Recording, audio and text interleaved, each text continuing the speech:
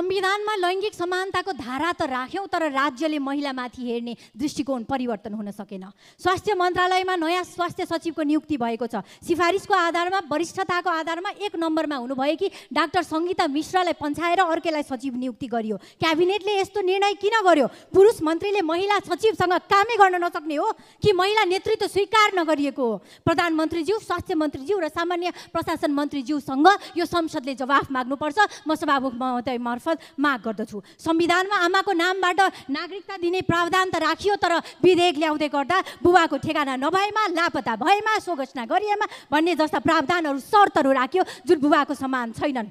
25 जनाको मन्त्रीमण्डलमा 33% भन्दा पनि नपुग्ने गरिकन 3 जना मात्र महिला मन्त्री अटाइन्छ। निर्वाचनहरूमा महिलाहरूलाई जान उप र सहपदमा मात्र टिकट दिइन्छ। प्रत्यक्षबाट नभई समानुपातिकबाट महिलाको सङ्ख्या पुर्याउनको लागि मात्र महिलालाई सांसद बनाइन्छ। प्रतिनिधि सभा नियम